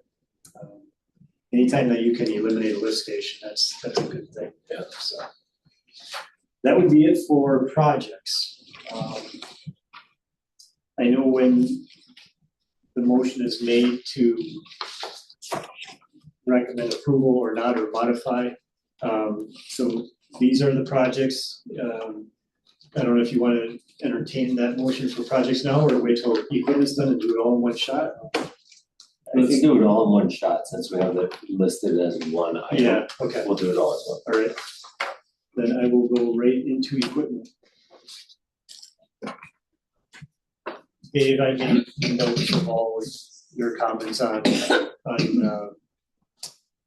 regarding the project, design dollars, future dollars, things like that. So Okay. I'll see what I can do on future spreadsheets. But we do have ballpark numbers in future years. I don't know if, I think that's kind of getting at what you were looking for though. Well, and past dollars that you spent. Past dollars, yeah, I would need to Get find a way to Construction. get it on that spreadsheet, so, Or in the one-page description. sure, yeah, okay. Okay, equipment, this is Brad's, work pickup truck, it's assigned to him, it's been removed twice. It will be 15 years old next year.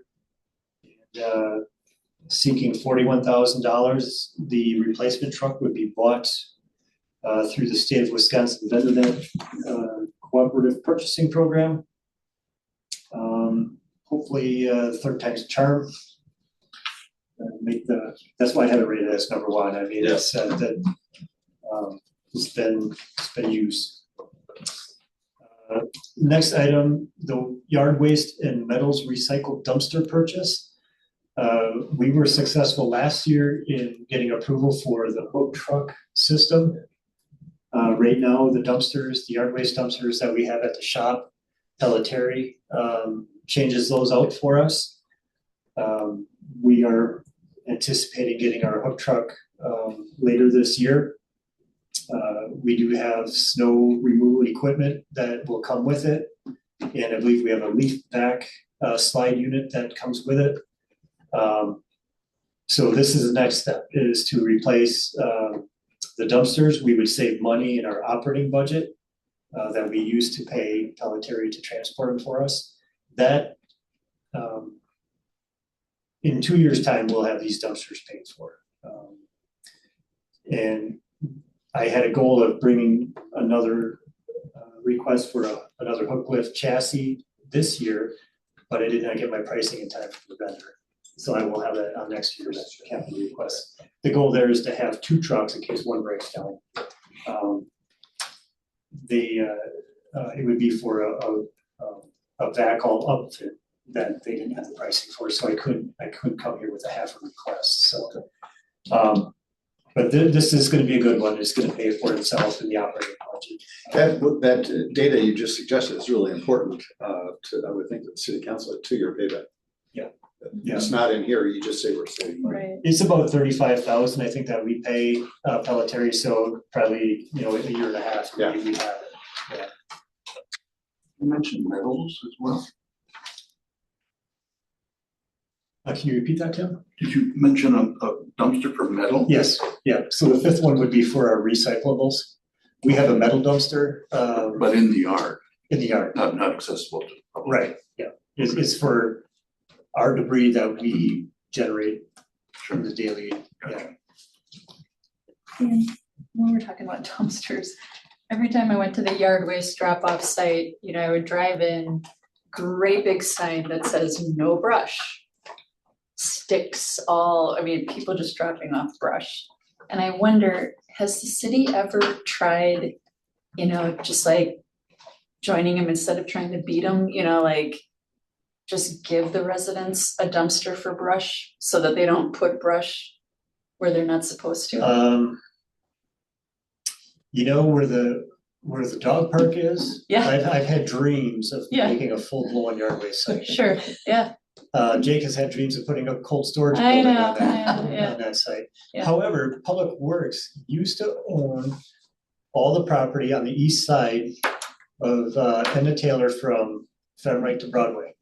That was all Public Works property, and City Council sold it over the years to make, to get revenue, tax Right. revenue. right, But, I envy the McFarland. exactly, drop-off that's site. kind of where Yeah. my thoughts were going, So yeah. we can go there.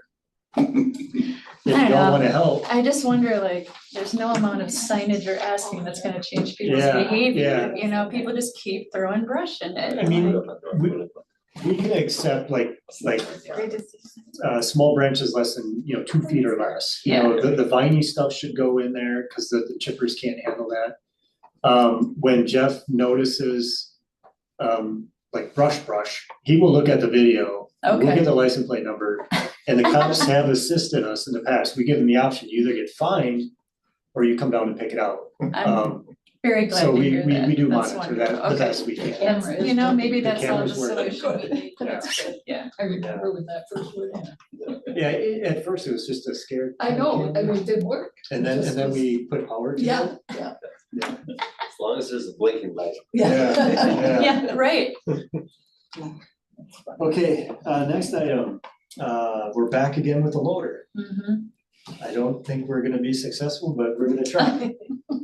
You know, the biggest selling point I'm gonna present to council is this was approved at committee last year. It was removed by the mayor. In that time, we lost $50,000 in value. We lost 30,000 on trade-in value, and then we lost another 20 on increase in cost. So that's the risk you take when you bump equipment. We're at that fine line.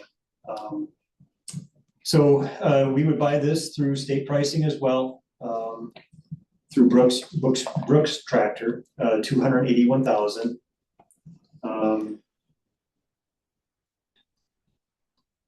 Just trying to get my bearings here. Yeah, we had funding requests in 2021, 2025, and 2026. It's gonna be 20 years old next year. This is a heavy use piece of equipment. We use it for everything. Parks Department uses it as well. So hopefully we can get this one done this year or next year. The Vermeer wood chipper, a 2004. It's gonna be 23 years old next year, looking for $96,000. Yes, we hire Barnes to do our residential program, but we use our chipper pretty much every week. We have our own trees that we trim in winter. The Parks Department uses it as well. So it's basically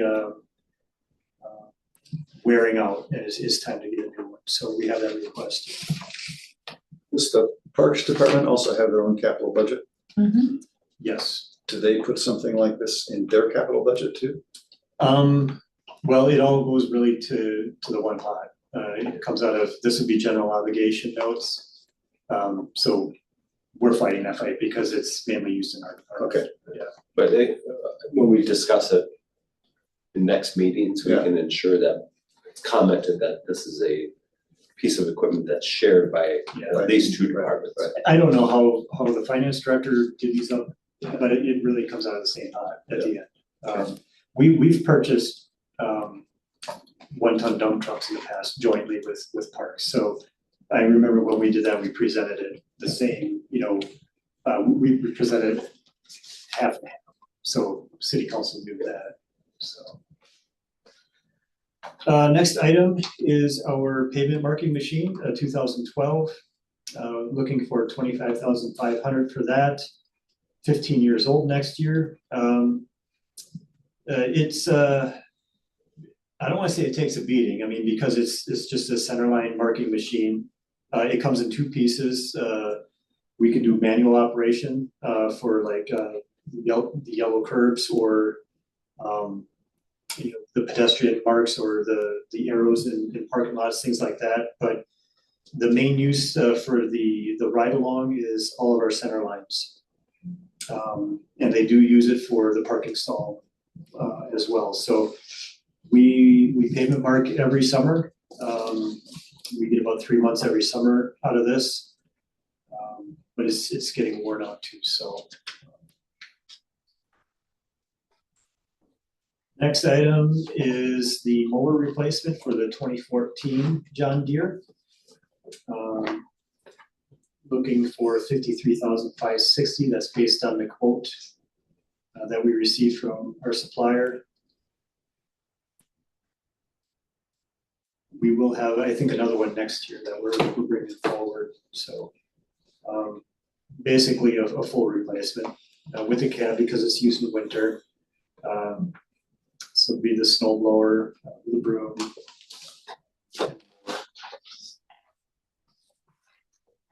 So the current one, this one in the picture doesn't have a cab. Not right now because we're in summer operation, so the cap's off. Oh, okay. Next item is a new one. Brian, I know how much you love adding Yeah. new to the inventory, but it's a plow blade. Okay, It's, that's not it's, as bad. it's the newer style that has the ends on it, so it's more of a pushing blade, and you can move a lot Fold of the wings snow. in and. Yeah, Yep. yeah, so with the V plows, you push snow to the side, with the wings, you push the snow to the side.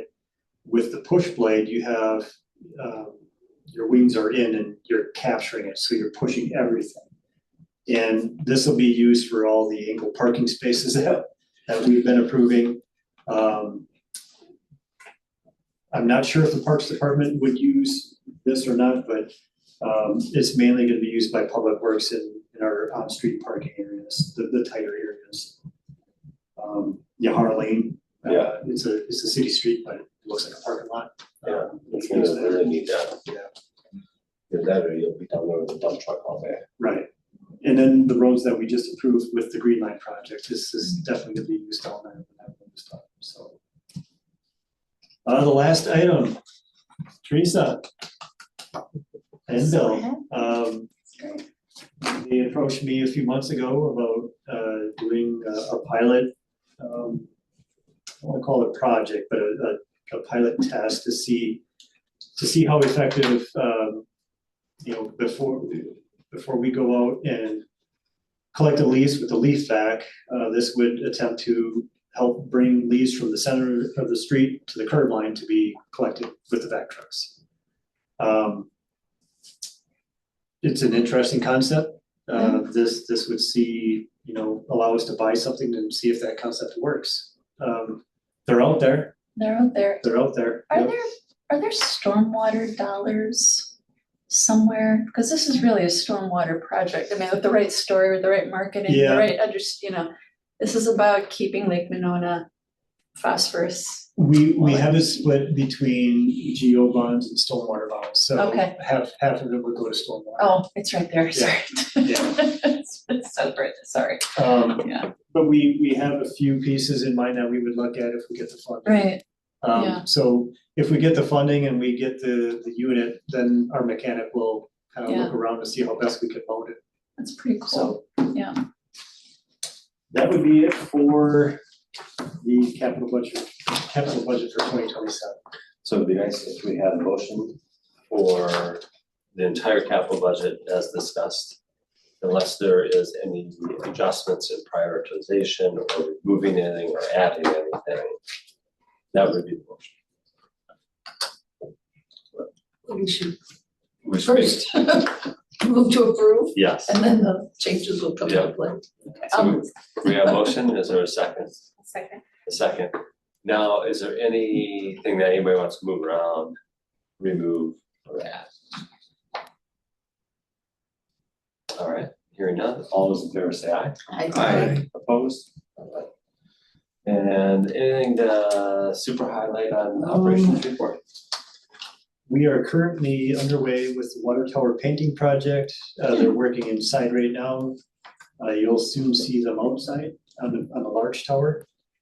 The road project up in Dave's neighborhood is, knock on wood, it's going really well. They had 2 crews in the majority of summer, which really got us ahead of schedule. And they were 2 good crews. They, I believe, are moving over to Madison on Flom Road when they're done here in Monona mid-August. We're moving into the paving phase. So as long as the weather keeps cooperating, this one's on track. So it's been a good project. I enjoyed talking to the contractors, S&L Underground. Really nice guys, really Yeah, that's helpful good to hear. to the neighbors, parking and things like that. And the guy from MSA, I forget his name. Zach? I met him, yeah. Yeah, he's a good kid. Yeah, he's a good guy too. So they've managed it really well. Yeah, I mean, we have our bumps in the road. There's been issues, some garbage collection issues, communications, but with as big as this project is, when it started, I think we had about 3 or 4 complaints, but they've gone down since then. The dump trucks, we had some complaints about. that they were driving a little too fast on Nichols Road, so they've slowed down since. But this project has gone quite well for as big as it is. So did you see they're out there right now painting the water tower? They're doing work inside the water tower, they'll be moving to the outside phase pretty quick here. Yeah, Be interesting to see how that's done. I'm not sure if they're gonna be, they might be dropping the big drape on the outside. Oh, yeah, that's I- true. Yeah, I'm not really quite sure exactly what their process is going to be, but yeah. Wish we could have painted a big smiley face on the tower. One thing I'll I add, like it. a quick note on the leaf blower, which I appreciate seeing that in the budget, that it's really cool. I did mention it to DNR, the stormwater engineers. And there is, if you do it, it's a pilot, and we could take the necessary steps to document it, and they could potentially provide credit for that. Right. Okay. Phosphorus credit towards, if it shows that it actually works, Yeah. of course. Well, that's the selling point when it Right. goes to the next level. Yeah. So above and beyond what you're already doing. Yeah. Okay. We need to inch out everything we can. Yep. For those numbers, so. And while we're talking about, something that Dave brought up, I'm also thinking about it a lot too, that I know that the form that you use is just the standard form that every department uses, but it really maybe just something down the road, it really would be nice to have some information on each of those one-page requests, how much has already been invested, or just like some justification, like what's the cost of not doing this project? Like, here's what it will cost to do it, but what if we don't do it? Are you talking dollars or Dollars, impact or impact, all of the above. Yeah. Just decision-making points of information that would be. I have to use the standard form I and know, require that of I every know. department, but I can add more Yeah. information. Yeah. Even if it goes to 2 pages, I can add Yeah. more information. Yeah. So. Okay, All right, next meeting, September, we will have will one be operating, operating budget, yes. and then we'll go back to short meeting. I promise, all right. We need a motion for adjournment. So moved. Second, all those in favor say aye. Aye. Opposed, all right. Thank you guys for a Thank long you. meeting and sticking with us. Thank you, Dan. Well prepared budget once again. What is the budget meeting with the council? So there'll be committee of the whole meetings that will be, September.